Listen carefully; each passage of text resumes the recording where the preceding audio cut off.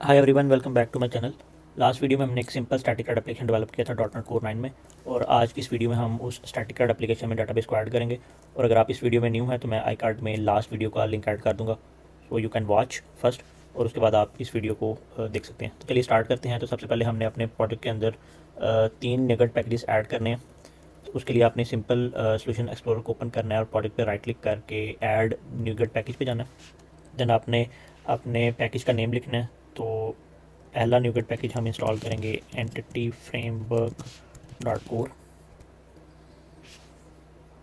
So entity framework core इसलिए है कि हम जो प्रोजेक्ट यूज़ कर रहे हैं वो डॉट नेट कोर पे बिल्ड है। सो सिंपल डॉट नेट पे नहीं है, डॉट नेट कोर पे है।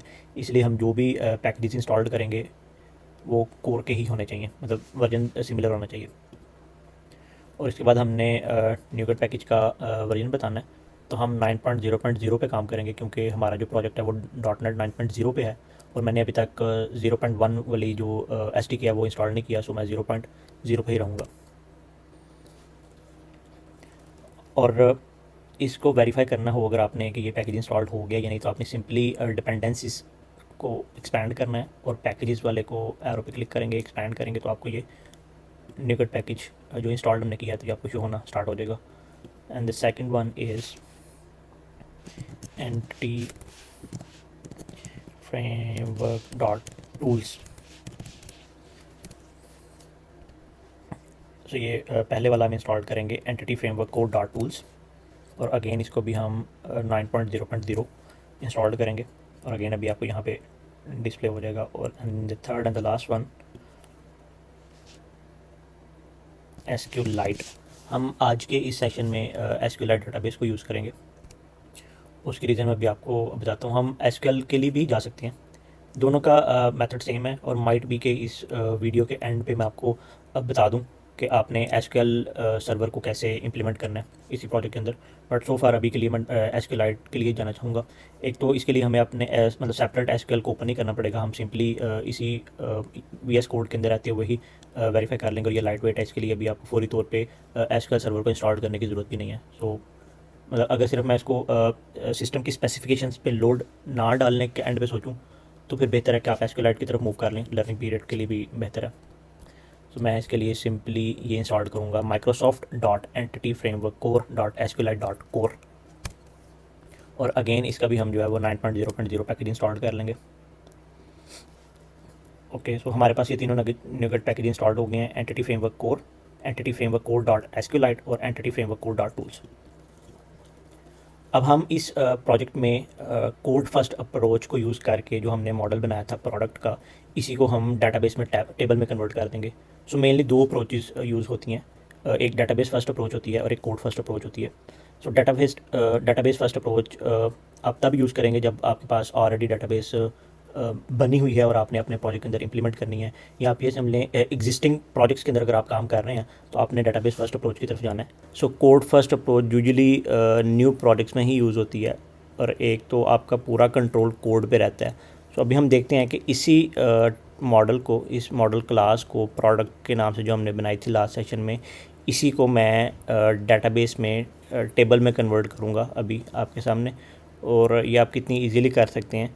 अदरवाइज़ अगर आप डाटाबेस फर्स्ट अप्रोच की तरफ जाते हैं तो आपको डाटाबेस ओपन करनी पड़ेगी। सो पहले डाटाबेस आप बनाएंगे, फिर आप उसके अंदर टेबल बनाएंगे, फिर प्रॉपर्टीज़ डिफाइंड करेंगे, देन आप जो है वो टेबल को सेव करेंगे और आपकी डाटाबेस में ये टेबल डिफाइंड होगा। तो चलिए देखते हैं। उसके लिए आपने सिंपली पहले तो कोड फर्स्ट अप्रोच के लिए आपको माइग्रेशंस लिखनी पड़ती हैं टर्मिनल पे। तो अभी हम देखते हैं। तो उसके लिए आपने एक फ़ोल्डर ऐड करना है। डाटा के नेम से मैं भी एक फ़ोल्डर डिफ़ाइन कर देता हूँ। और इस डाटा के फ़ोल्डर में मैं एक क्लास डिफ़ाइन करता हूँ एप्लीकेशन DB कॉन्टेक्स्ट के नेम से, ठीक है। और इसको मैं DB कॉन्टेक्स्ट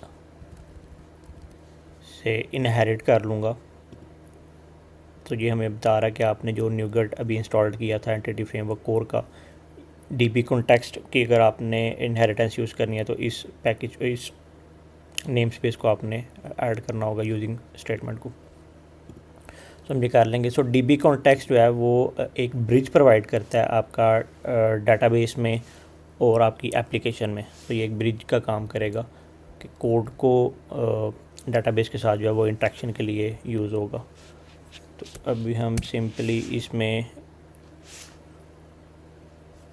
मैं इसको इधर कर लेता हूँ, तो ज़्यादा बेहतर है। सो आपने सिंपली इसका जो है कंस्ट्रक्टर डिफ़ाइन करना है और उस कंस्ट्रक्टर के अंदर आपने डीबी कॉन्टेक्स्ट ऑप्शन पैरामीटर देना है। अभी हम लिखते हैं पब्लिक, और अगर आपने ये नहीं लिखना तो आप इसका जो शॉर्टकट है CTOR लिखेंगे तो आपका कंस्ट्रक्टर जो है वो कॉल हो जाएगा। इधर आपने डीबी कॉन्टेक्स्ट ओ, ठीक है। इसमें मैंने एक चीज़ नोट की है, जो आपका वर्ड बनता है जैसे डीबी कॉन्टेक्स्ट ऑप्शंस है, उस वर्ड में जो उस पूरे वर्ड के अंदर जो पहले पहले नीचे अगर आप वो लिखेंगे तो आपको ये ऑटो कंप्लीट दे देगा, ये आपको हाईलाइट में दिखा देगा। मैं भी देखता हूँ DCO, तो आप वो देख, सॉरी DCO चाहिए हमें, ये डीबी कॉन्टेक्स्ट ऑप्शन, लेकिन हमें एंगल ब्रैकेट वाला चाहिए। और इस एंगल ब्रैकेट के अंदर हमने अपने एप्लीकेशन डीबी कॉन्टेक्स्ट को डिफ़ाइन करना है। और एप्लीकेशन डीबी कॉन्टेक्स्ट को ये हमारे पास उसने हाईलाइट कर दिया। सो बेसिकली ये हाईलाइट कर देगा जहाँ जहाँ पे वो A, D और C का जो मैच हो रहा है वो आपको दिखा देगा। तो हमारे पास एप्लीकेशन डीबी कॉन्टेक्स्ट आ गया और उसका हमने एक ऑब्जेक्ट बना दिया ऑप्शंस, और हमने अगेन उसको बेस क्लास से इनहेरिट करके और उसके पैरामीटर में डीबी कॉन्टेक्स्ट ऑप्शंस का जो ऑब्जेक्ट डिफ़ाइन किया था उसको पैरामीटर में पास कर दिया, ठीक है। और इसके बाद हमने एक पब्लिक डीबी सेट, इसके अंदर मैं अपनी मॉडल क्लास को डिफ़ाइन करूँगा और प्रोडक्ट्स लिख दूँगा, एंड मैं इसके आगे गेट सेट डिफ़ाइन कर दूँगा। और अभी आपको यहाँ पे एरर आ रहा होगा। सो इस एरर को सॉल्व करने के लिए सिंपली हमने इसकी यूजिंग नेम स्पेस को ऐड करना है, क्योंकि हमारा जो मॉडल्स है वो मॉडल के फोल्डर में है, तो उसको हमने एक्सेस देनी है। सो आपका एरर रिमूव हो जाएगा। सो डीबी सेट क्या काम करती है, जो आपने मॉडल बनाया, मॉडल्स के फोल्डर में जो आपने मॉडल क्लास बनाई है प्रोडक्ट के नेम से, ये डीबी सेट इस प्रोडक्ट को डाटाबेस में टेबल में कन्वर्ट कर देगा, ठीक है। अब इसके बाद हम ऐप सेटिंग्स में जाके कनेक्शन स्ट्रिंग को डिफ़ाइन कर लेते हैं। मैं यहाँ पे लिख लेता हूँ सिंपल कनेक्शन स्ट्रिंग्स, और यहाँ पे मैं आगे इसको जेसन फॉर्मेट में लिख देता हूँ, और इसको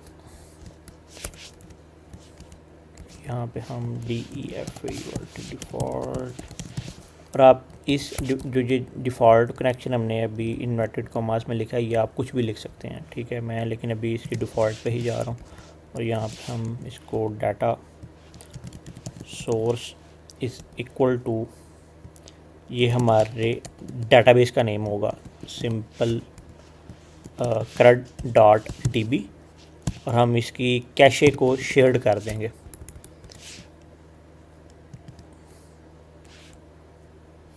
cache is equal to shared.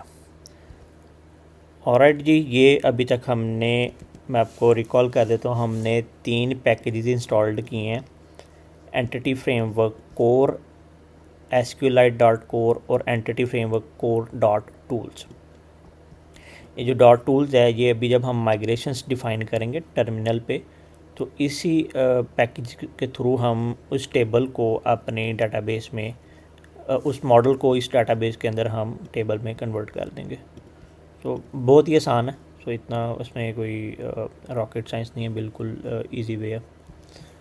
और आपने जो हमने अभी एप्लीकेशन डीबी कॉन्टेक्स्ट की क्लास डिफ़ाइन की थी, ठीक है, जो अभी हमने डीबी कॉन्टेक्स्ट से इनहेरिट भी किया था ताकि हम अपने डाटाबेस से इंटरेक्ट कर सकें, उसको हमने ग्लोबली एक सर्विस के थ्रू, लाइक एक एज अ सर्विस हमने अपनी ग्लोबल क्लास के अंदर जो प्रोग्राम डॉट सी एस है वहाँ पे कॉल करना, ताकि जब भी ये प्रोजेक्ट रन हो तो ये राइट वे डाटाबेस को कॉल कर दे। ठीक है, तो उसके लिए हमने builder dot services dot add db context, ये एरर किस चीज़ का, ओके हम लिखते हैं, ये खुद ही सॉल्व होता जाएगा।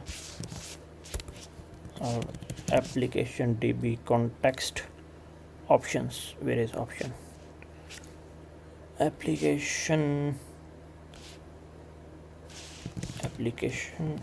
db context, सॉरी ऑप्शंस नहीं आएगा, ये हमने अपनी एप्लीकेशन db context जो भी क्लास डिफाइन की थी उसको हम कॉल करेंगे। देन हमने इसके पैरामीटर में ऑप्शंस का एक ऑब्जेक्ट डिफाइन करना है, और इसके अंदर हमने अभी options dot use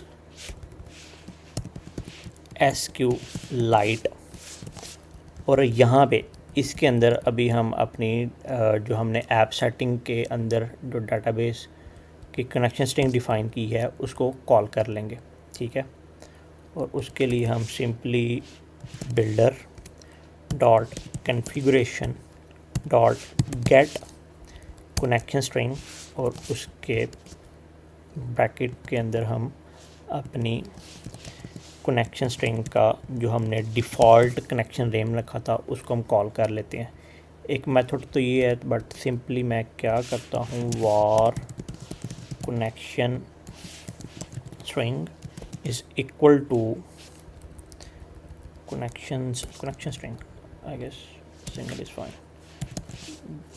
build builder dot configuration dot get connection string, और इसके हम डिफ़ॉल्ट कनेक्शन को यहाँ पे डिफ़ाइंड कर देंगे, और इसको मैं रिप्लेस कर देता हूँ कनेक्शन स्ट्रिंग से।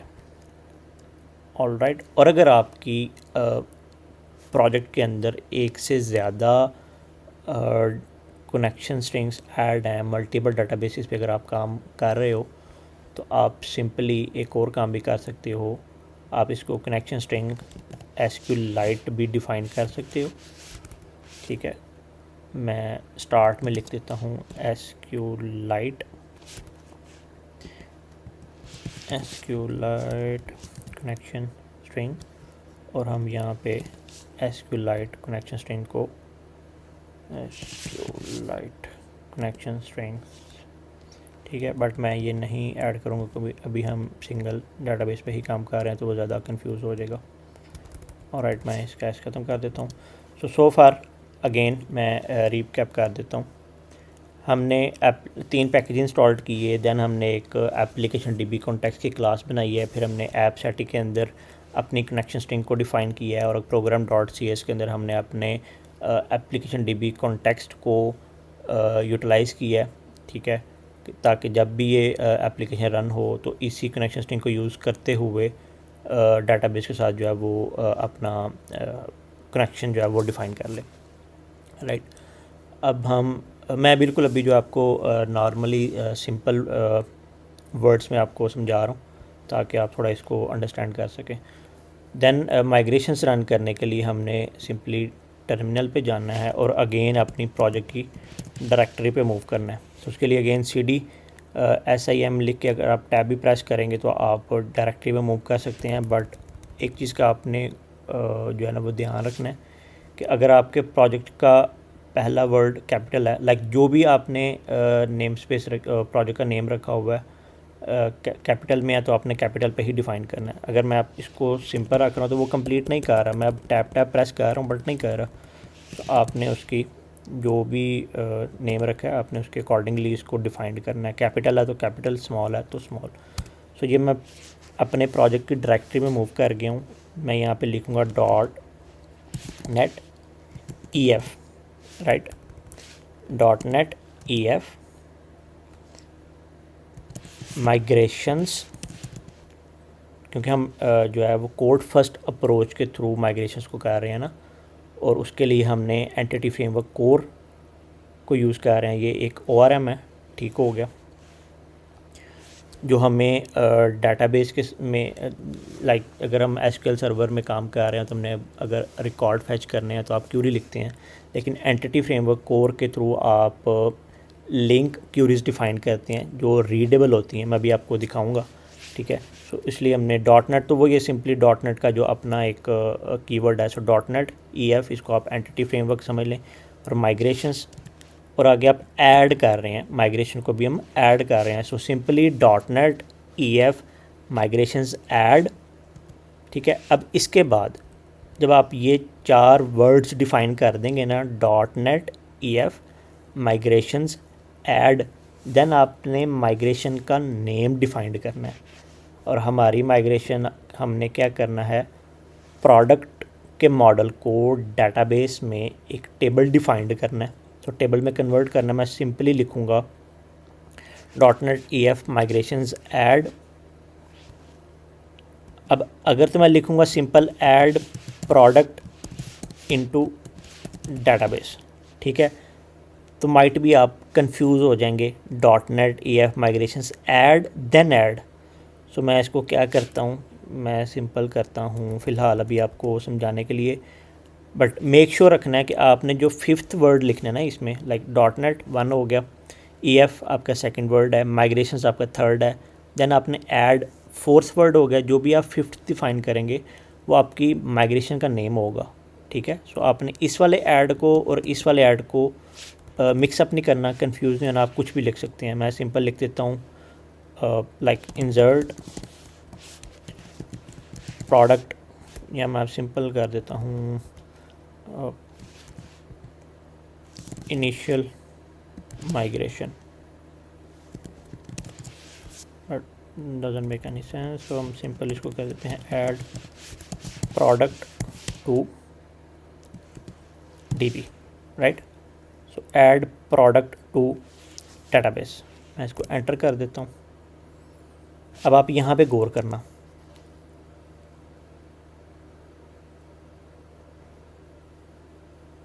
गौर आपको मैंने यहाँ पे करवाया, बट हमारे पास नीचे एक एरर यहाँ पे आ गया।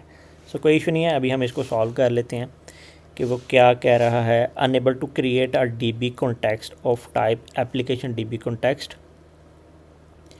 the exception you need to call SQLite PCL.raw if you need a bundle of pack. So this so might be मुझे ओके, आई थिंक हमने पैकेज गलत इंस्टॉल्ड किया है, या तो गलती से किया है या तो जानबूझ के किया है, ये आप लोगों ने ढूंढना है। सो मैं इसको सिंपली रिमूव कर देता हूँ। .SQLite को मैं एक पैकेज न्यू ऐड करता हूँ, SQLite, और मैं 3rd वाला microsoft.data.sqlite.core, ठीक है। अब हमारे पास ये है, ये अभी हमने यूज़ कर लिया है, और एक है ये वाला। सो हमारे पास अभी 3 हैं जो कोर के अंदर हमें नज़र आ रहे हैं, ठीक है।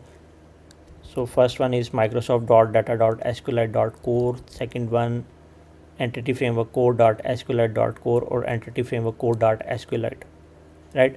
ये तो हमने यूज़ कर लिया। अब हम या तो इस पे चले जाएं या इस पे चले जाएं, तो हम इसी पे ही जाते हैं जो माइक्रोसॉफ्ट एंटिटी फ्रेमवर्क core.sqlite पे है। मैं इसको इंस्टॉल्ड करता हूँ, और अगेन हमारे पास पैकेज ये वाला है।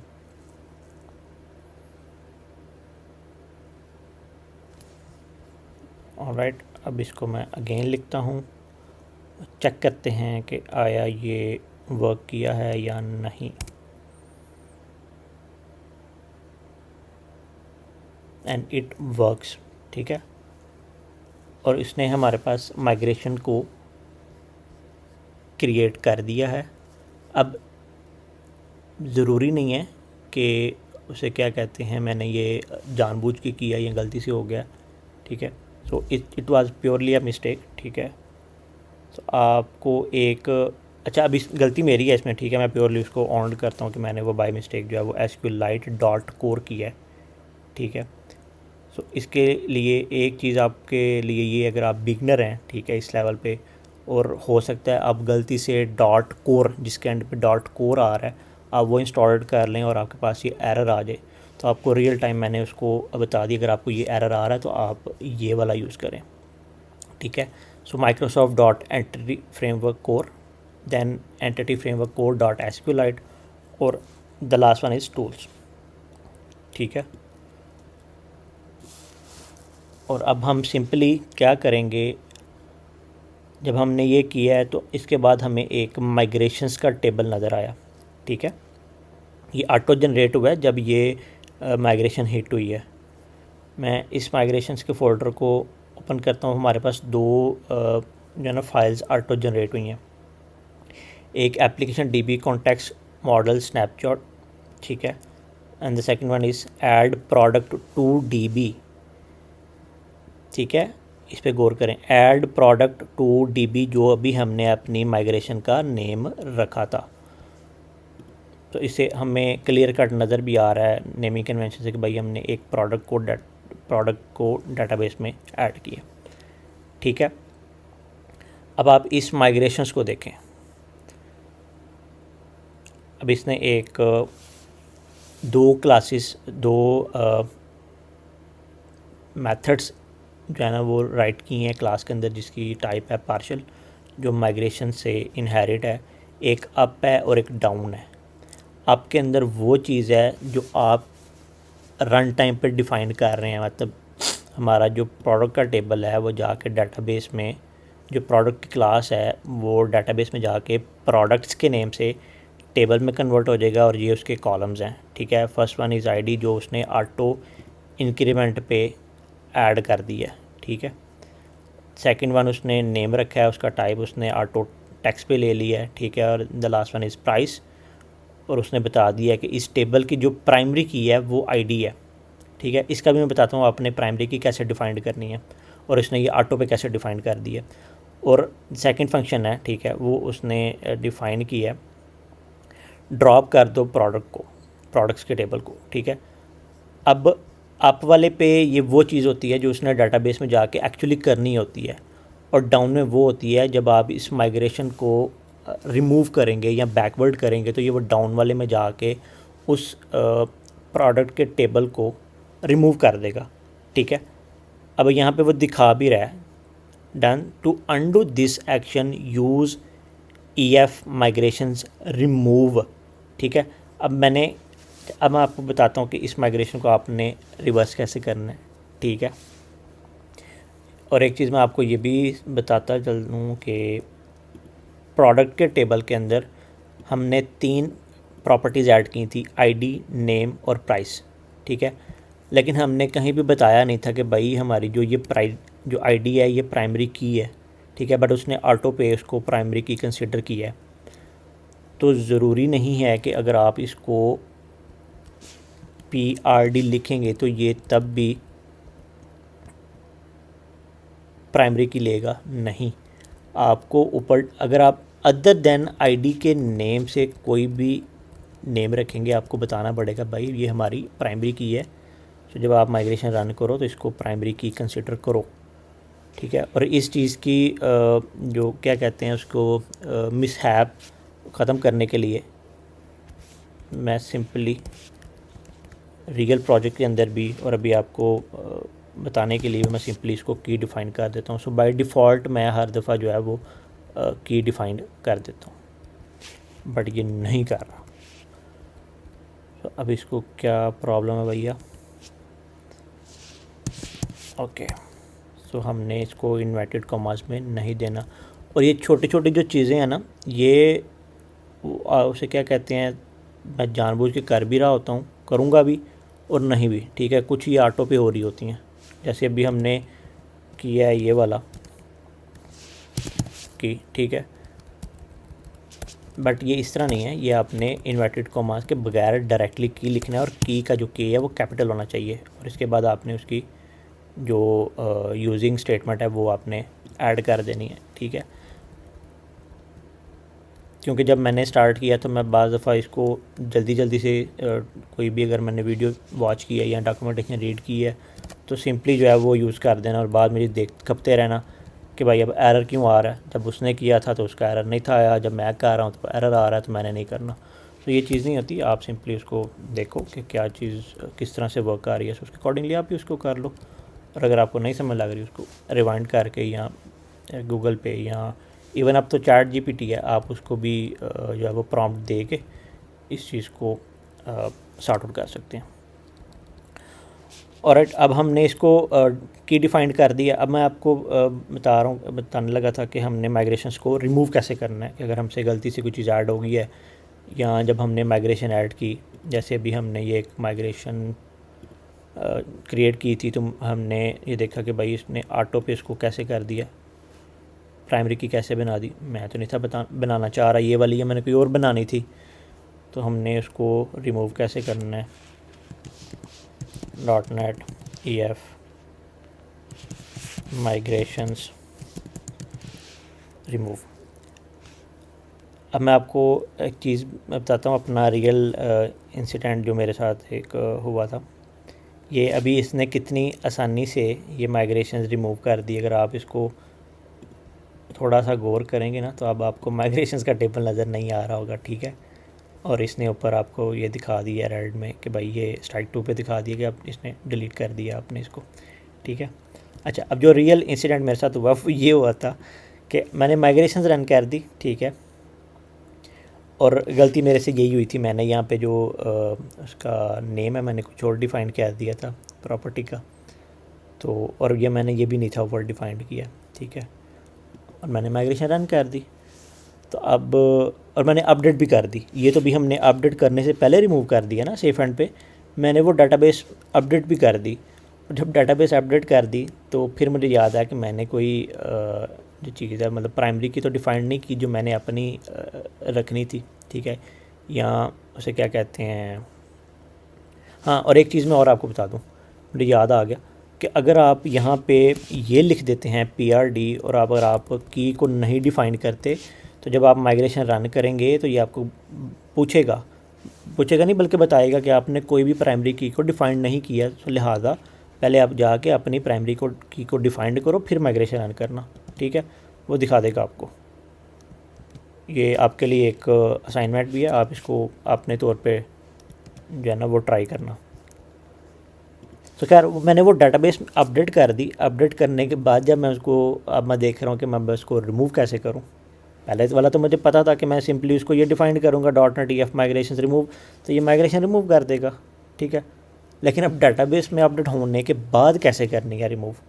अब डाटाबेस जब हम डाटाबेस फर्स्ट अप्रोच में जाते हैं तो हमने सिंपली अपने SQL सर्वर को ओपन किया, ठीक है। हमने अपने डाटाबेस को डिफ़ाइन कर दिया, टेबल डिफ़ाइन कर दिया और मैंने कुछ भी करना है हम उसी GUI उसी इंटरफेस के अंदर रहते हुए कुछ भी जो है वो माउस के थ्रू या कुछ भी जो है हम उसको कर लेते हैं और सिंपली हम उसको कंट्रोल-S करते हैं तो वो हो जाता है। बट अब कोड के थ्रू खैर वो जो है वो पूरा दिन मुझे ना लग गया। एक तो खैर स्टार्ट था 2018 या शायद 2017 या 2019, आई एम नॉट श्योर कि वो मुझे कब ये इशू जो है वो फेस हुआ था।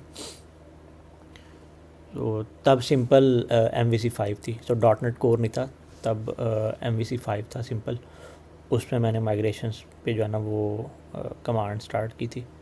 तो तब की ये बात है। सो वो एक दिन जो है ना वो मेरे लिए बड़ा हेडेक रहा था। समझ नहीं आ रही इसको, जो डाटाबेस में जब आप अपडेट कर लेते हो तो आपने रिमूव कैसे करनी है। तो लेकिन जब मेरी इसके ऊपर वो सेंस बन गई, ठीक है, कि ये क्यों ज़रूरी है और फिर और लिटरली जो है वो इंजॉयबल है ये चीज़ कि आप कोड के थ्रू ही हर चीज़ जो है वो अपनी मैनेज कर रहे हो, आपको डाटाबेस ओपन करने की ज़रूरत ही नहीं पड़ती। तो अभी हम simply .NET EF migrations add product to DB। अब हम इसको दोबारा से रन कर देते हैं और रन करने के बाद आप देख रहे हैं यहाँ पे माइग्रेशंस का टेबल आ जाएगा। सो हमारे पास माइग्रेशंस का टेबल आ गया। यूजुअली हम माइग्रेशंस के टेबल को डाटा वाले फ़ोल्डर में ही पास कर देते हैं ताकि जो उसकी डाटाबेस के रिलेटेड जो भी हमारी चेंजेस हैं, जो भी हम इंटरेक्शन कर रहे होते हैं, वो एक ही टेबल के अंदर जो हम पास ऑन कर देते हैं। तो अब अपडेट करने के लिए मैं simply .NET EF database update, ठीक है। हमने माइग्रेशंस को माइग्रेशन पुल की, ठीक है, मतलब माइग्रेशन क्रिएट की। अब मैं आपको वो दिखा देता हूँ, याद आ गया मुझे।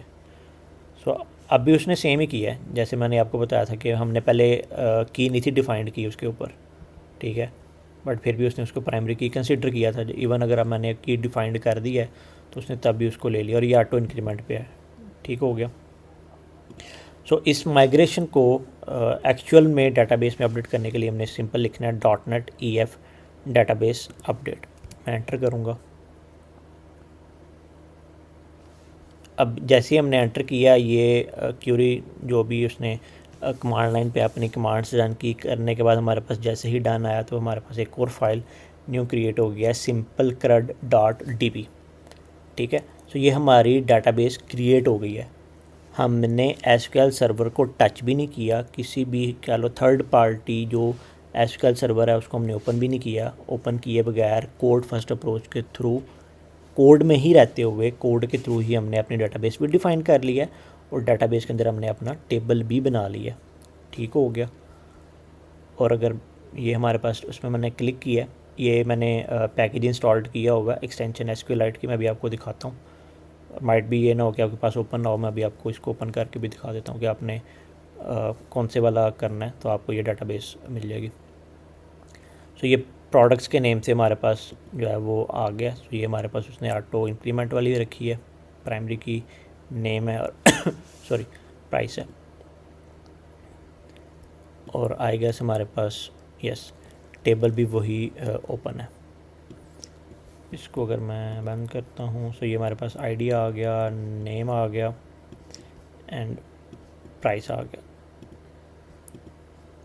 सो यहाँ से हम उसको इजीली फ़िल्टर भी कर सकते हैं, और अगर आपने ऐड करना है तो उसकी आप सिंपली ऐड भी कर सकते हैं। बट ये प्रो में है, सो मैं उसको यहाँ ओपन, सो ये वाली है हमारे पास एसक्यूएलाइट व्यूअर प्रो। अब इसको बंद कैसे करना है भाई? ओके, सो राइट क्लिक, किसी भी उसको क्लिक करेंगे तो ये हो जाएगा। मैं आपको एक्सटेंशन दिखा भी देता हूँ। सो एसक्यूएलाइट, ये एसक्यूएलाइट व्यूअर। तो इसको आप करेंगे तो आपने जो भी डाटाबेस डिफ़ाइन किया आप उसको ओपन कर सकते हैं, मतलब उसको वेरीफाई करने के हद तक, ठीक है, लेकिन वैसे ये आई गेस पेड है। सो मैं फ्री वाला वर्जन ही यूज़ कर रहा हूँ, मैं आपको क्लियर कर दूँ, मैं बिल्कुल भी पे नहीं कर रहा उसको। ऑलराइट, अभी तक हमने जो है वो डाटाबेस हमने ऐड कर लिया। अब हमने वेरीफाई करना है कि एक्चुअल हमारा इस डाटाबेस के अंदर डाटा स्टोर हो भी रहा है या नहीं। तो उसके लिए हमने अपनी जो सर्विस क्लास के अंदर आपने पूरी बिजनेस लॉजिक डिफ़ाइन की थी, उसमें थोड़ी सी अब हमें मॉडिफिकेशंस करनी पड़ेंगी। एक तो हमारा जो स्टैटिक ये लिस्ट है ये भी ख़त्म हो जाएगी। उसके लिए सिंपली मैं क्या करता हूँ, प्राइवेट रीड ओनली, उसने वो ख़ुद ही मुझे बता रहा है। अच्छा, लास्ट वीडियो में मैंने आपको शायद कहा था कि मैंने कोई भी जो है वो एक्सटेंशन या पैकेज इंस्टॉल नहीं किया हुआ इसके लिए, जो ये मुझे ऑटो कंप्लीट का दिखा रहा होता है। सो ये मैंने बाद में गौर किया था, मैंने कोपायलट इंस्टॉल्ड किया हुआ है। यस, सो ये गिटहब कोपायलट ये फ्री है, आप इसको यूज़ कर सकते हैं, और ये आपको जो है वो ऑटो कंप्लीट कर देता है। और इवन अगर आप उसको कुछ इसी के अंदर रहते हुए कि प्रॉम्प्ट भी देंगे ना, तो वो भी आप उसका सॉल्यूशन या कुछ भी है वो आपको रियल टाइम पे प्रोवाइड करता जाएगा। तो एप्लीकेशन डीबी कॉन्टेक्स्ट, इसका हम ऑब्जेक्ट डिफ़ाइन कर देते हैं। ऑब्जेक्ट डिफ़ाइन करने के बाद मैं इसका कंस्ट्रक्टर डिफ़ाइन कर लेता हूँ। Can not declare instance member in a static class. अभी हम इसको स्टैटिक से हटा लेते हैं, ठीक है। सब आप देखें, मतलब जब मैं अपने बिगनर लेवल पे था, तो जब इस तरह के एरर आते तो मेरा भी जो एक दफ़ा जो है ना हेड पे प्रेशर होता था कि अब एरर आ गया है, सो ये है वो है। तो सिंपली उसको नो डाउट कि मेरा उस चीज़ पे एक्सपीरियंस है या कमांड हो गई है कर करके, बट मैं आपको यही रिकमेंड करूँगा, आपने बिल्कुल कूल डाउन रहना है। सिंपली आप इसको रीड कर लो, अगर आपको नहीं उसका जो है वो आइडिया, और आप इसको सिंपली कॉपी कर लो, ठीक है। प्रॉब्लम पे आओ, उसको सिंपली आप कॉपी कर लो, गूगल पे जाओ, उसको बताओ कि ये प्रॉब्लम आ रहा है, वो आपको बता देगा। सो सिंपली आपने उसको पढ़ने से अब मुझे वल्लाही मुझे इसका नहीं था याद कि ये स्टैटिक क्लास है और इसलिए वो एरर आ रहा है, ठीक है। बट मैंने जैसे उसको रीड किया कि can not declare instance memory in a static class, मुझे उसी टाइम ही क्लिक किया कि हमने ये क्लास स्टैटिक डिफाइन की थी। तो सिंपल है, स्टैटिक कीवर्ड ख़त्म करो तो एरर चला गया। अब इस पैरामीटर के अंदर हम जो है वो एप्लीकेशन डीबी कॉन्टेक्स्ट को पास कर देंगे। पास करने के बाद हमारे पास उसको ऑटो पे ही कंप्लीट कर देते हैं, क्योंकि ऑलरेडी मुझे लग रहा है वीडियो बहुत लंबी हो चुकी है। मैंने वैसे इतना सोचा नहीं था। एनी हाउ, अब हम इसको तो कर लेते हैं रिमूव करने से पहले मैं आपको तो ऑल प्रोडक्ट्स थी हमारे पास जो भी हम ये स्टैटिक वाली कर रहे थे यूज़। अब हम इसको डायनेमिक कन्वर्ट करना है, उसके लिए मैं सिंपल अंडरस्कोर कॉन्टेक्स्ट, ठीक है, कॉन्टेक्स्ट डॉट, भाई इसको क्या प्रॉब्लम है, स्टैटिक है ये भी आई गेस, इसको भी ख़त्म कर लेते हैं और इसके अंदर हम उसको कर लेते हैं underscore context. So make sure करिएगा, मैं आपको फिर दिखा देता हूँ कोड को रिवर्स करके। हमारे पास ये पिक्चर थी, मैं ये बाकी बंद कर देता हूँ। हम टर्मिनल पे जाते हैं, राइट। सो ये हमारे पास एक स्टैटिक फंक्शन था जो हमें लिस्ट रिटर्न कर रहा है, ठीक है। और मैंने जैसे ही इसको रियल डाटाबेस की जो हमने कॉन्टेक्स्ट क्लास बनाई है उसमें अगर मैं कॉल कर रहा हूँ तो मुझे ऑप्शन तक ही नहीं दे रहा।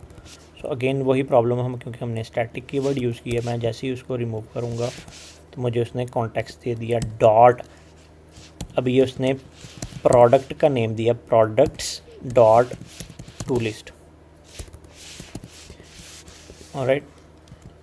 और अगर मैं वापस इसको भी बंद कर लेता हूँ, सो वो ये वाला, सो मैंने भी आपको बताया था डीबी कॉन्टेक्स्ट क्लास को हम इनहेरिट इसीलिए करते हैं कि ये हमारी डाटाबेस के साथ जो है वो रियल टाइम कम्युनिकेट कर रहा होता है।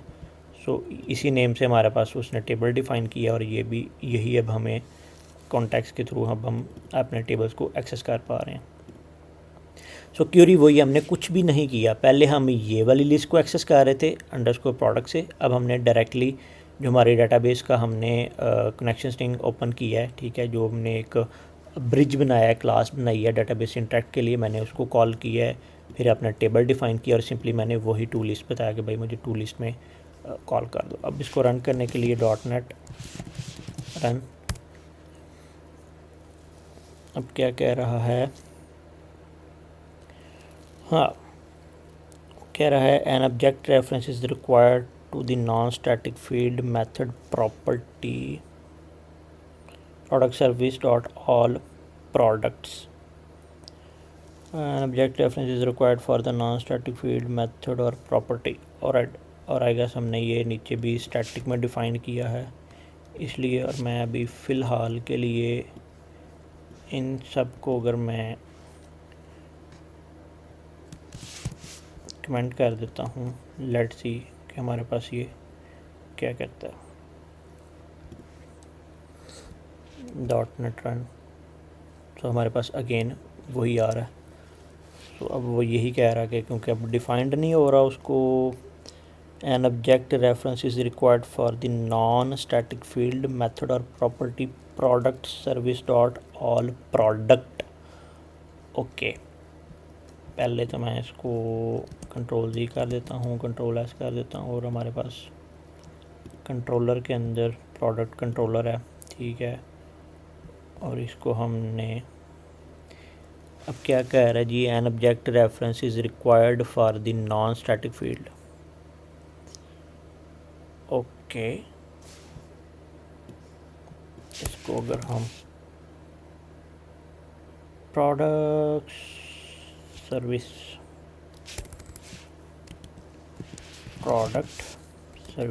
डॉट ऐड प्रोडक्ट आ रहा है, डिलीट आ रहा है, अपडेट आ रहा है, बट हमारे पास ऑल प्रोडक्ट क्यों नहीं आ रहा। ओके,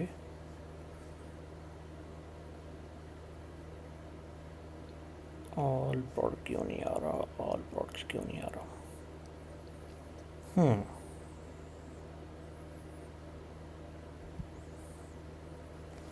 अगर इसको हम आई न्यूमरेबल करें तब भी सेम है, तब भी सेम है। और इसको अगर हम लेट्स सी, और ये मुझे एक्चुअली क्लिक नहीं कर रहा कि ये प्रॉब्लम आ क्यों रही है, why. Public list all product context all products हमने ये डिफाइन भी कर दिए है। वॉर प्रोडक्ट्स अभी क्या कर रहे हैं, introduce local, introduce parameter and this. अब एक चीज़ तो ये है कि हम प्राइवेट रीड ओनली और उस प्रोडक्ट सर्विस की जो क्लास है हम इसको, हाँ, इस क्लास के अंदर अगर हम इसको कॉल कर लें और उसका हम प्रोडक्ट सर्विस ऐड कर दें, स्टार्ट में अगर हम इसको ऐड कर लें underscore product service dot add product, alright. तो अभी हमारा ये जो प्रॉब्लम था वो सॉल्व हो गया है, क्योंकि वो पहले स्टैटिक था तो इसलिए हम डायरेक्टली इसको कॉल कर पा रहे थे, लेकिन अभी ये स्टैटिक नहीं रहा, हमने उसको एक डायनामिक में कन्वर्ट कर दिया। तो इसलिए हमने पहले उसको रीड ओनली और प्राइवेटली हमने ऊपर एक non nullable feed must be contain, so ignore it. आप सिंपली उसको जो है वो ऊपर इस कंट्रोलर की जहाँ पे ब्रैकेट स्टार्ट हो रही है वहाँ पे आप इसको एक रीड ओनली जो है वो ऑब्जेक्ट डिफाइन कर लें उसका, ठीक है, और इसको आप कॉल कर लें तो आपका एरर चला जाएगा। अब हम सिंपली इसको डॉट नेट रन करते हैं, अभी भी एरर आ रहा है। अब एरर किस चीज़ का आ रहा है, वो कह रहा है product service dot all products, ठीक है। तो अब हमने इसको कॉल तो कर लिया। अब ये सिमिलर चीज़ है जो हमने यहाँ की थी कि हमने एक क्लास डिफाइंड की थी यहाँ पे, ये चीज़, ठीक है, हमने यहाँ पे डिफाइंड की थी। बस इससे पहले हमने इसको प्रोग्राम डॉट सी एस के अंदर सर्विस को रजिस्टर्ड किया था। और अब अगर इसको मैं सी टी ओ आर में डिफाइंड करूँ तो ये करने देगा, ऑफ कोर्स करने देगा। कंट्रोल एस करते हैं, डॉट नेट रन करते हैं and still we are getting an error. Oh my god, too much errors. अब हम सिंपली क्या करते हैं, प्रोग्राम डॉट सी एस की क्लास में जाते हैं और मैं यहाँ पे इसको builder dot service dot add scoped, और यहाँ पे अपनी मैं प्रोडक्ट सर्विस का स्कोप ऐड कर दूँगा। और अब ये कह रहा है उसकी यूजिंग नेम स्पेस को ऐड करो, प्रोडक्ट कंट्रोलर में उसको हमने ऐड कर दिया। और let's run it again.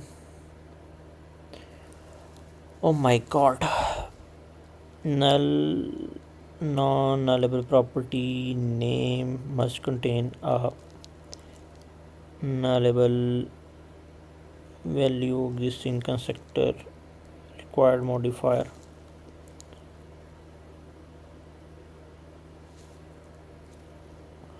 Okay okay okay okay okay okay okay okay okay okay. So dot net 9 के अंदर डिफ़ॉल्टली जो स्ट्रिंग है वो नल नहीं है, ठीक है, ओके। तो अब हमने इसके अंदर कुछ ना कुछ ऐड करना होता है, मतलब क्योंकि जब से हम ये उसको सॉरी प्रोजेक्ट को रन कर रहे हैं तो वो डाटाबेस को हिट कर रहा है। जब वो डाटाबेस को हिट कर रहा है तो जब वो डाटाबेस से डाटा फैच कर रहा है, तो अभी क्योंकि डाटाबेस में हमने कुछ ऐड ही नहीं किया तो उसको जो ये नेम है, प्रोडक्ट नेम जो है वो एम्प्टी मिल रहा है, नल मिल रहा है, इस वजह से वो उसको एरर डिफाइंड कर रहा है। तो मैं सिंपली एक चीज़ करता हूँ, मैं इसको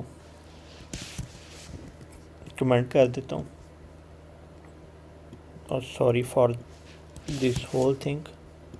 ठीक है, मैं इसको फ़िलहाल वापस से अपने ओरिजिनल कोड में कन्वर्ट कर रहा हूँ। ठीक है, बट आई गेस इसको हमें करना होगा इसी तरह ही।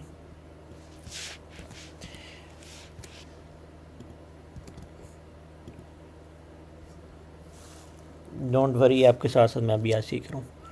ठीक है, सो ओके। तो अब हमें एक चीज़ तो ये है कि प्रोडक्ट के अंदर जाके इसको इज़ इक्वल टू करके उसकी स्ट्रिंग डॉट एम्प्टी कर देते हैं। अच्छा, पहले उसने कर दिया auto complete, string dot empty कर दिया। तो अब उसके ऊपर वो नलेबल का भी नहीं दिखा रहा। ठीक है, नलेबल का अगर नहीं दिखा रहा है तो अब हम इसको करते हैं डॉट नेट बिल्ड कर लेते हैं एक दफ़ा।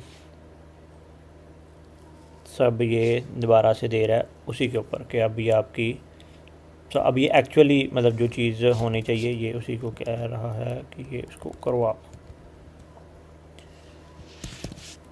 अच्छा, अब ये कमेंट के आप कैसे कर सकते हैं कि आपने जो पैराग्राफ या जो लाइन करनी है आपने इसको सेलेक्ट करना है। ठीक है, आपने सिंपली कंट्रोल के सी करेंगे, वीएस कोड के अंदर ये कमेंट कर देगा। और अनकमेंट करने के लिए कंट्रोल आपने प्रेस करके रखना है +KU। ठीक है, अब उसको याद रखने के लिए ये मतलब मेरे माइंड में एक चीज़ क्लिक की थी जब मैं स्टार्ट में इसको याद रखता था। तो मैं अभी भी जब अभी करता हूँ, कमेंट करता हूँ या अनकमेंट करता हूँ, तो मेरे माइंड में दोबारा वो हिट मतलब वो इमेजिनरी कॉल होती है।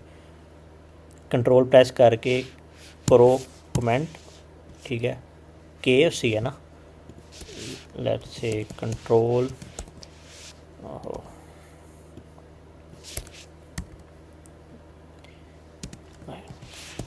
कमेंट करने की कमांड को भी मुझे कमेंट करना पड़ रहा है +K+C। ठीक है, और अनकमेंट के लिए आपने ये दबाना। सो कंट्रोल आपने प्रेस करके रखना है, कंट्रोल करो कमेंट, कंट्रोल करो अनकमेंट। ठीक है, ये मेरी एक बच्चों वाली तब थी सोच, तो खैर मैंने वो याद रखा। और जब भी मैं ये चीज़ प्रेस करता हूँ तो मेरे माइंड में यही आता है कि भाई अनकमेंट कर दो और ये कर दो। अब हम सिंपली प्रोग्राम की क्लास के अंदर भी जाकर उसको अनकमेंट कर लेते हैं। अनकमेंट करने के बाद मैं सिंपली उसको कंट्रोल बिल्ड कर देता हूँ। और अभी भी हमारे पास ये एरर ही आ रहा है। An object reference is required for the non static method property service dot all products. An object reference is required for the non-static feed method or property product service dot all products। अब क्या problem है भाई, अब क्या problem है?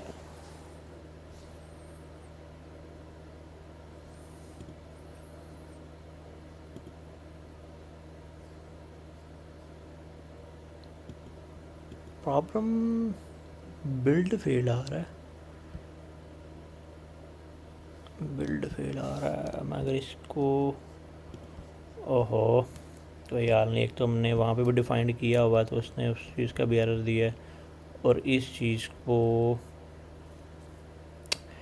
हाय हाय क्या हो गया यार आज। तो अब हमने इसको कॉल करने के लिए भी हमें सिंपली जो है वो private read only application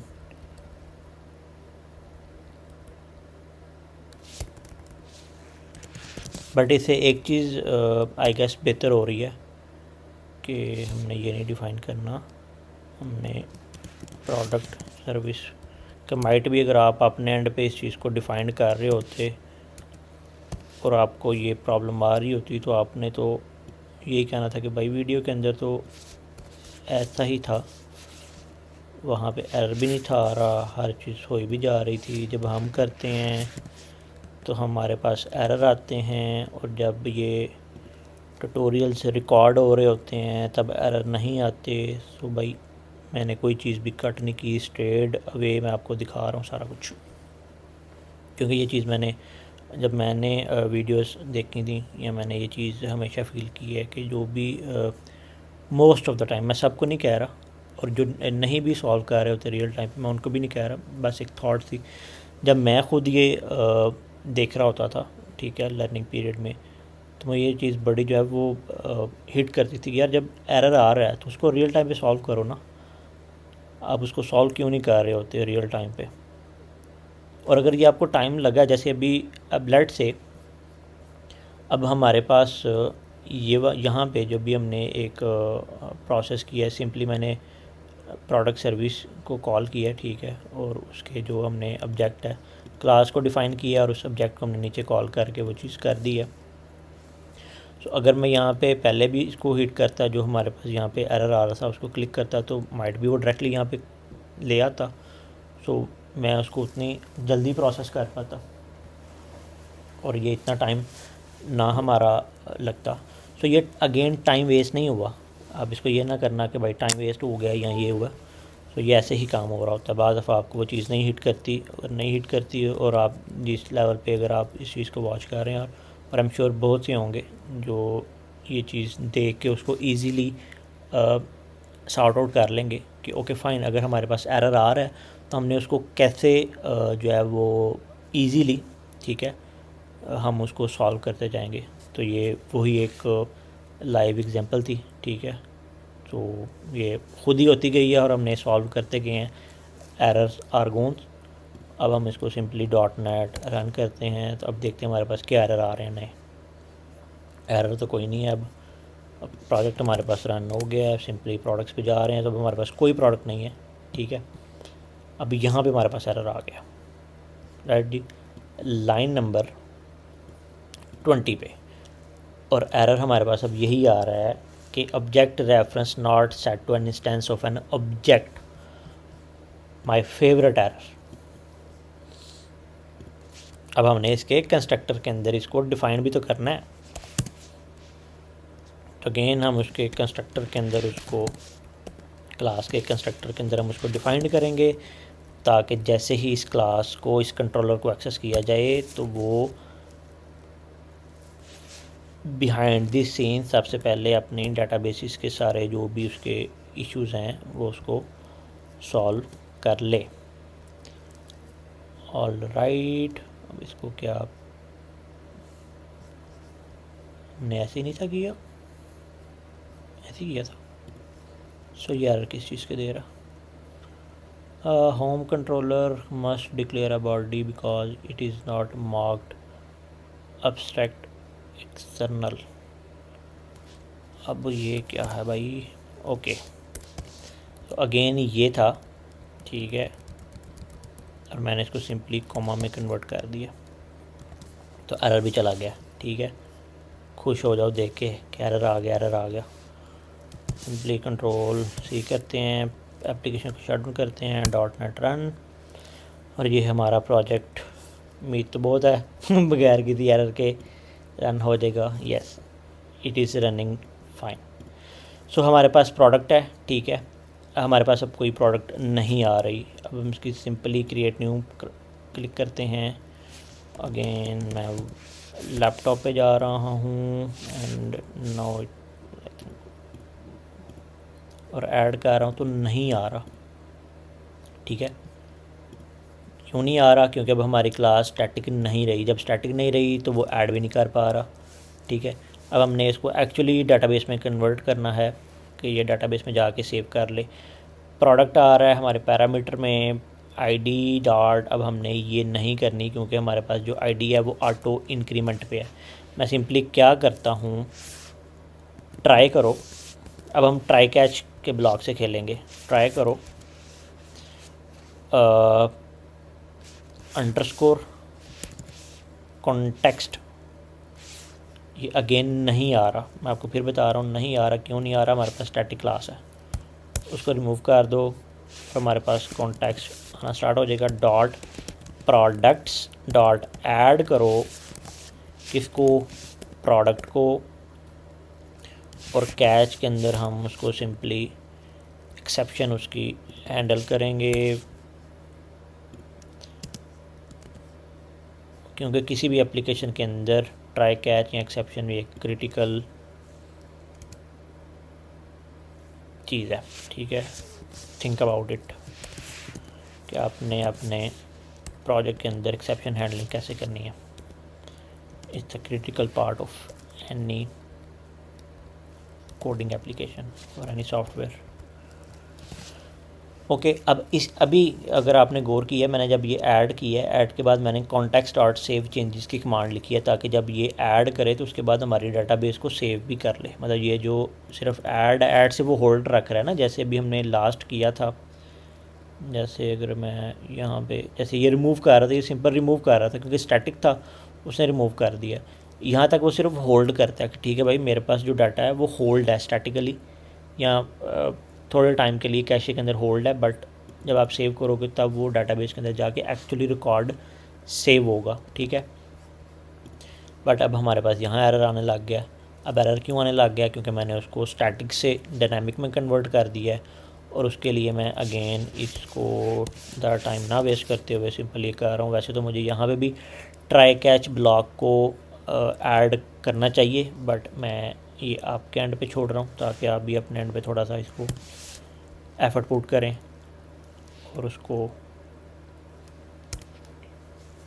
like अपनी भी आप उसके ऊपर जो हम कमांड्स हैं जो भी आप उसको यूज़ करें, देखें कि क्या ऐसे चीज़ें काम कर रही हैं। अगर कोई एरर आ रहा है, कुछ भी आ रहा है, तो आप कमेंट सेक्शन के अंदर कमेंट कर सकते हैं या डायरेक्टली मुझे ईमेल भी कर सकते हैं, मैं आपको इशू सॉर्ट आउट करवा दूँगा।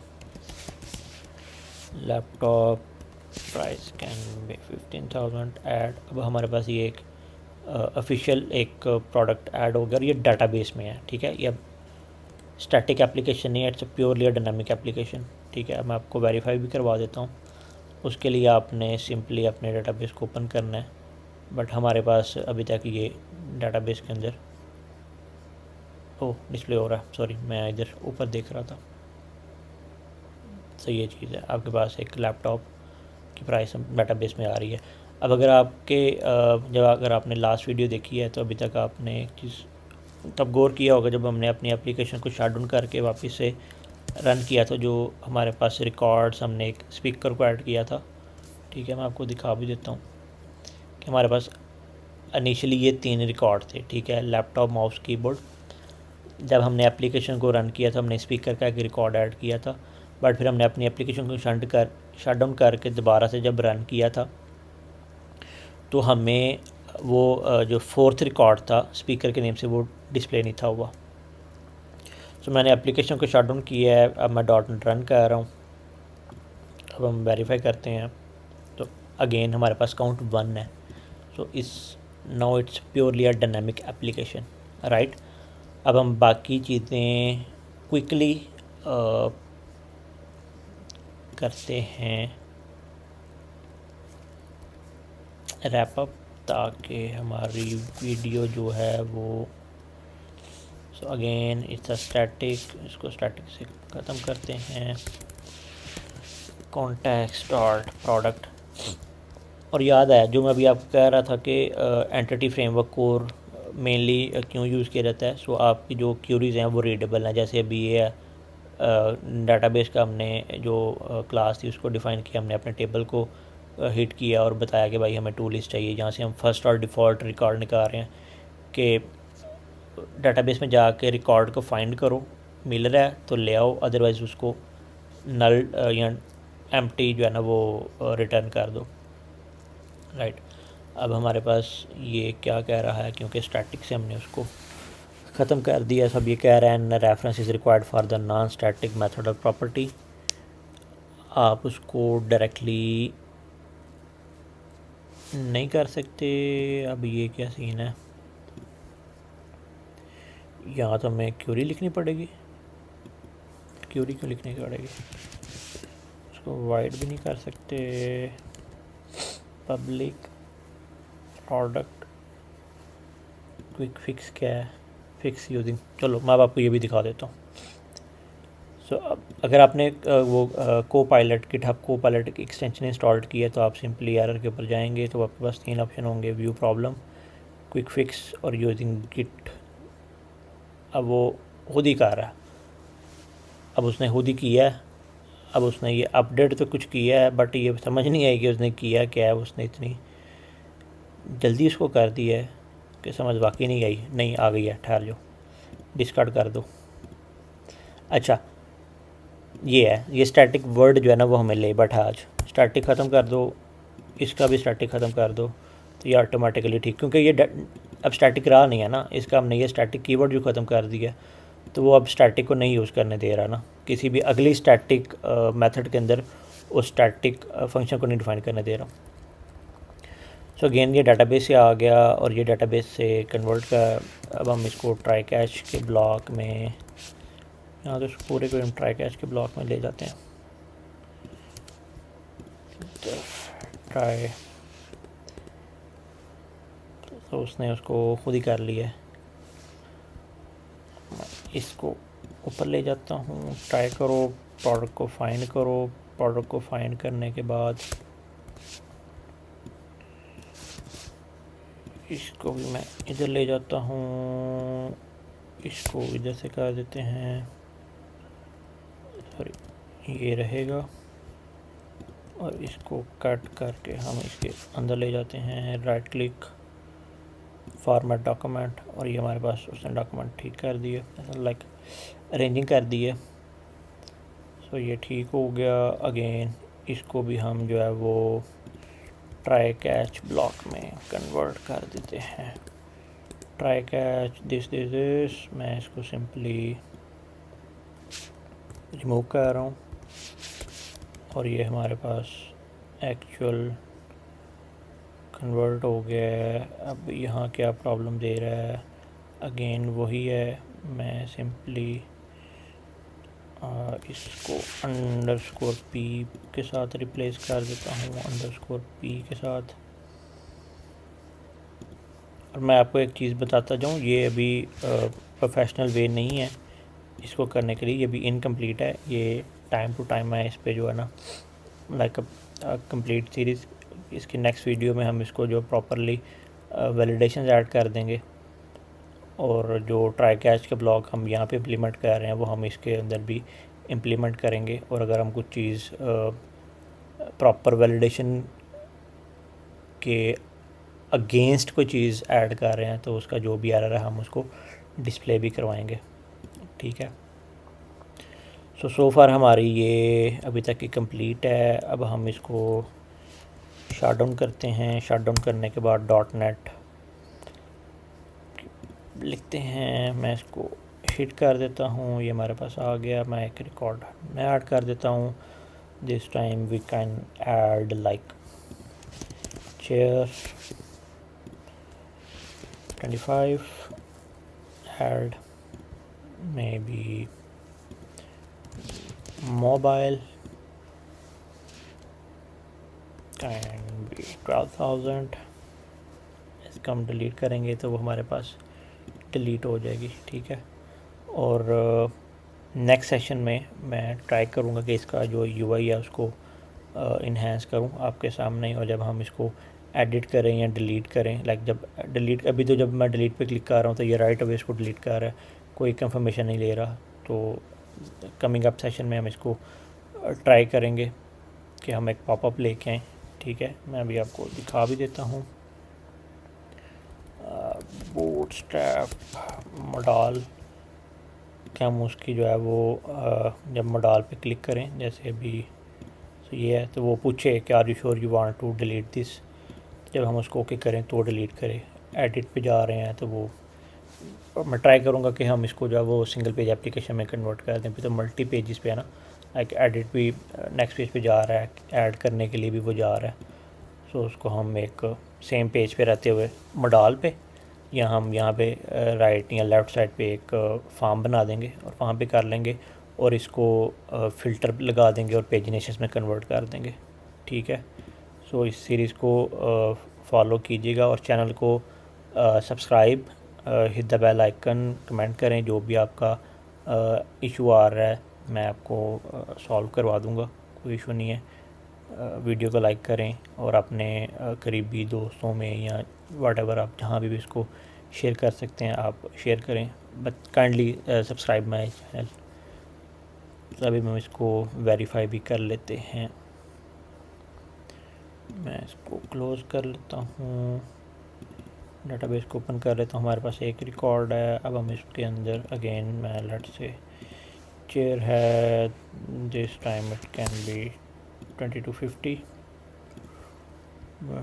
तो हमारे पास ये सेकंड रिकॉर्ड है, बट क्योंकि ये हमारे पास इंक्रीमेंट पे है, ऑटो पे है, तो 3 रिकॉर्ड थे तो हमारे पास 4th ये वाला आ गया। ठीक है, अब अगर हमने इसको फ़िल्टर करना है तो मैं चेयर से फ़िल्टर भी कर सकता हूँ।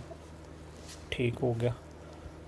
सो व्यूअर्स, ये आज की ये वीडियो थी। ठीक है, मैं आपको एक दफ़ा रिकॉल कर देता हूँ कि हमने चीज़ें क्या क्या की थी, रैप अप करता हूँ और फिर इसके बाद हम अपनी इस सेशन को आज ख़त्म करेंगे। ठीक है,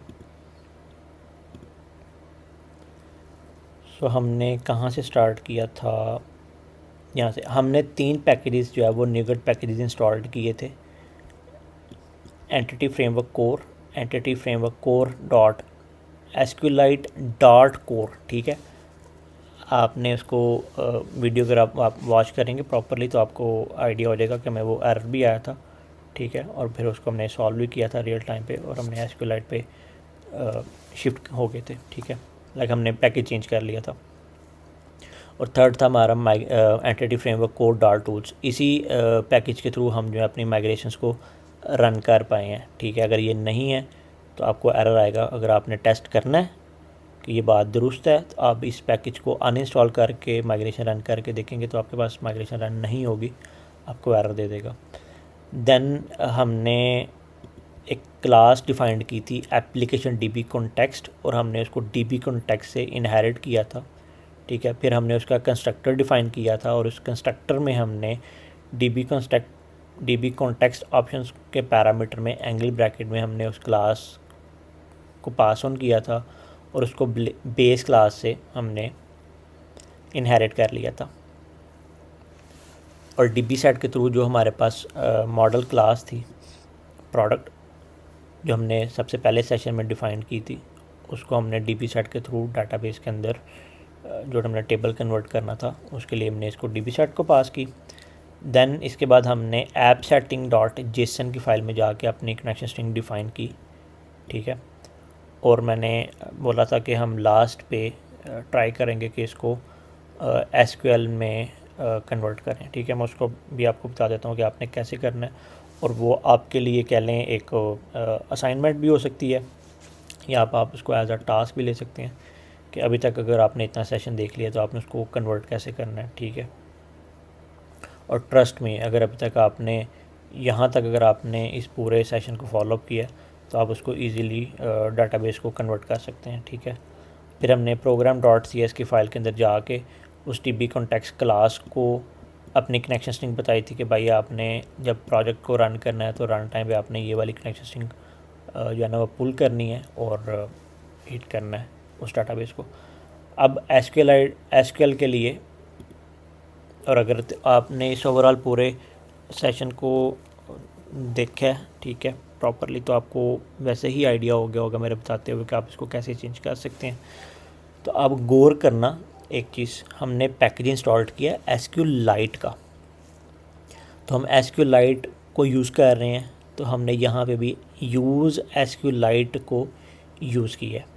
ठीक है, और अगर आप एसक्यूएल को करेंगे तो आपने सिंपल यहाँ पे यूज़ एसक्यूएल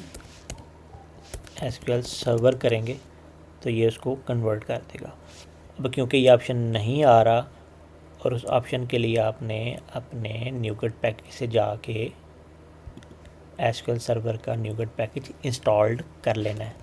मैं इंस्टॉल्ड नहीं कर रहा, ये आपके लिए टास्क है, लेकिन मैं आपको बता देता हूँ। आपने सेकंड वाला इंस्टॉल करना है, Microsoft dot entity framework core dot SQL. ठीक है, जब आप करेंगे तो आपको ये ऑटोमेटिकली उसकी नेम स्पेस ऐड कर देगा और ये एरर चला जाएगा। एक चीज़ ये है, और दूसरी आपने ऐप सेटिंग में जाके जो आपकी एसक्यूएल सर्वर की जो कनेक्शन स्ट्रिंग है वो ये वाली नहीं होती, ये जस्ट एसक्यूलाइट के लिए है। ठीक है, उसके लिए आप इसको देखना चाहते हैं तो माइट बी कि वो कर दे, but I am not sure. Let's see कि वो क्या देता है मुझे। हाँ ये आ गया, मैं आपको उसको दिखा दूँ क्योंकि मुझे ये सम टाइम याद रहती है, सम टाइम नहीं रहती। मैं आपको कम ऑन कर लो हिट, ये सो ये वाली जो है ये आपकी, अगर आप इस तरह डिफ़ाइन करेंगे, मैं आपको वैसे इसको कमेंट कर देता हूँ। जो आपके पास अगर आप एसक्यूएल कोड टारगेट कर रहे हैं, यहाँ पे आपने डाटा सोर्स का बताना है, इनिशियल कैटलॉग आपका डाटाबेस का नेम होगा, ठीक है, और इंटीग्रेटेड सिक्योरिटी ट्रू है, ये आप इसको ट्रू रहने देना, ठीक हो गया। और आपने यहाँ पे अपने डाटा सोर्स का बताना है। ये लोकल होस्ट भी हो सकता है, ये डॉट भी हो सकता है, ये डेस्कटॉप कुछ उसका डेस्कटॉप उसका नेम भी हो सकता है, XYZ, कोई भी वो आपके जो भी आपके लैपटॉप का नेम होगा वो भी हो सकता है। यहाँ जो आपने एसक्यूएल सर्वर को जब आपने इंस्टॉल किया था तो उसका जो भी आपने इंस्टेंस डिफ़ाइन किया था आपने वो लिखना होता है यहाँ पे, ठीक है। मैं वैसे इसको डिफ़ाइन कर देता हूँ, Ctrl+S भी कर देता हूँ, बट ये एरर नहीं आना चाहिए, बट ये एरर है, क्या है प्रॉब्लम है? आई थिंक प्रॉब्लम है, हाँ बस ठीक है। कमेंट आर नॉट परमिटेड, क्या है भाई? ठीक तो है, अब प्रॉब्लम क्या है? तो एनी हो, ये हमने इसको कमेंट किया, ठीक है, ये एरर नहीं देगा आपको। मैं मेक श्योर भी करवा देता हूँ अपनी एप्लीकेशन को हम शट डाउन करते हैं, डॉट एंड रन करते हैं, तुम्हारी एप्लीकेशन अप एंड रनिंग है सेफुली, ठीक है, ये आपके पास प्रॉपर रन हो रही है, ठीक है। सो आपने इससे घबराना नहीं है कि भाई ये एरर आ रहा है, तो इसको कैसे सॉल्व करना है। और अगेन ये वाली जो रिपॉजिटरी है, ये प्रोजेक्ट है, ये गिटहब की रिपॉजिटरी पे मैंने ऐड किया हुआ है। लास्ट सेशन के अंदर मैंने उसका लिंक, रिपॉजिटरी का लिंक ऐड कर दिया था, और इस वाली में भी मैं ऐड कर दूंगा, ठीक है। मैं अभी ये सेशन के बाद इसको कमिट कर दूंगा। कमिट करने से पहले मैं ये 2 फाइल्स को रिमूव कर दूंगा, डाटाबेस को रिफ़्रेश कर दूंगा टोटली, ठीक है। और अभी तक आपने ये सेशन यहाँ तक देख लिया है तो मैं आपको रिकमेंड यही करूँगा कि आपने इतना देखने के बाद ख़ुद ट्राई करना है। ये ना हो कि आप डायरेक्टली कोई कोड को क्लोन करो और उसी को ही जो है वो आप यूज़ करने लग जाओ। मतलब तो सिर्फ देखो कि अच्छा इधर ये काम हुआ है, ये कोड है, ये कोड है, ये कोड आपने हैंड्स ऑन लिखना है, फिर ये आप सीख सकते हो। तो बाकी आप इसको कोड को इंस्टॉल करो, लाइक क्लोन करो, जो मर्ज़ी करो, वो कोई इशू नहीं है। ओपन लाइसेंस पे आप यूज़ कर सकते हैं किसी भी प्रोजेक्ट में इसको। सो फार हमने ऑलराइट, तो मैं अब इसको एक चीज़ आपको बताना भूल गया। उसके बाद हमने सर्विस वाले क्लास में जो स्टैटिक है उसको ख़त्म कर दिया था। मैं इसको भी कमेंट कर देता हूँ, ठीक है। और ये क्यूरीज़ को हमने अपडेट कर दिया था डायनामिक, जो हमारा हमने ब्रिज बनाया था एप्लीकेशन DB कॉन्टेक्स्ट डाटाबेस से इंटरेक्ट करने के लिए। सो ये वहाँ से हमने प्रॉपरली इसको कर दिया है, ट्राई कैच के ब्लॉक को यूज़ किया। ऑलराइट व्यूअर्स, ये थी आज की एक शॉर्ट और माइट बी लॉन्ग वीडियो, जिससे आप एक स्टैटिक CRUD एप्लीकेशन को कैसे डाटाबेस में कन्वर्ट कर सकते हैं, और कोड फर्स्ट अप्रोच के थ्रू आप कैसे एक अपनी मॉडल क्लास को, एक क्लास को डाटाबेस में, टेबल में कन्वर्ट कर सकते हैं। तो please do subscribe, like, comment and hit the bell icon. Alright, bye.